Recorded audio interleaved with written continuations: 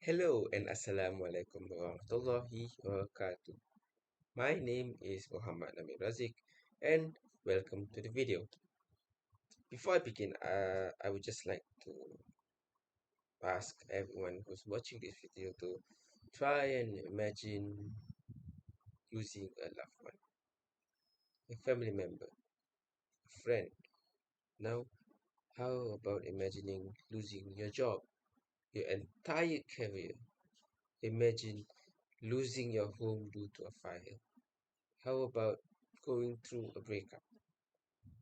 The experience of loss is both universal and uniquely personal. Everyone has their own losses in life and everyone manages it differently. So, learning about loss and healing isn't just for studying. So, it's not just because I'm doing this just for a video, it's for fixing your heart. It helps both it helps both those who are grieving and those who want to help. My connection to this topic stems from both personal and academic explorations. I did study for this video anyway. Having experienced significant losses in my life, I had experienced the loss of my grandfather when I was a child, as well as my father when I was around 15, 16 years old perhaps. So I could say I have first-hand experience in this topic. So I delve into some research articles and to understand the psychological impacts of loss and the mechanisms of coping and recovery. So today, in this video, I I will try to discuss the psychological impacts of loss. Then we are going to explore some various coping mechanisms and strategies for overcoming loss. Finally, I will share insights on how understanding loss can help us prepare for future life challenges. Our psychological health is significantly impacted by experiencing loss, whether it be the loss of a loved one, the breakdown of a relationship. So, according to research, when someone dies, they are going to develop PTSD, most commonly known as post traumatic stress disorder, or there's another name for it, also called as complicated grief, that may develop as a result. For instance, parents who have lost a child to homicide are particularly vulnerable to these intense emotional states, and this was stated by Van Deren in 2016. Additionally, loss during pregnancy poses psychological difficulties. The grieving process is greatly impacted by elements but like the lack of social support and the existence of no living children. And this was stated by Kirsting and Wagner in 2012.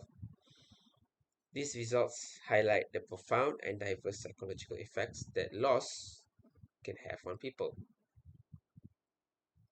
Despite everything, despite going through loss, there's always hope. There's always going to be a light at the end of the tunnel.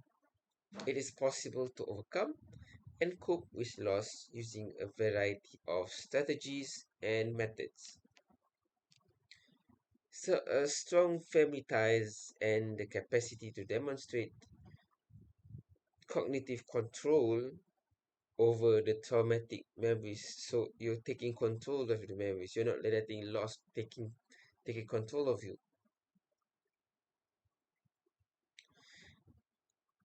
Are important aspects of resilience, as shown by the accounts of natural disaster survivors stated by Kurosaka in 1997.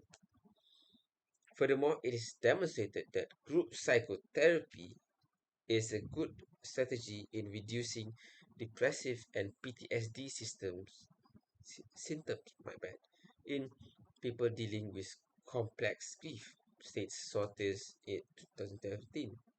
These coping strategies show how crucial professional and community support like family members are to the healing process to heal loss.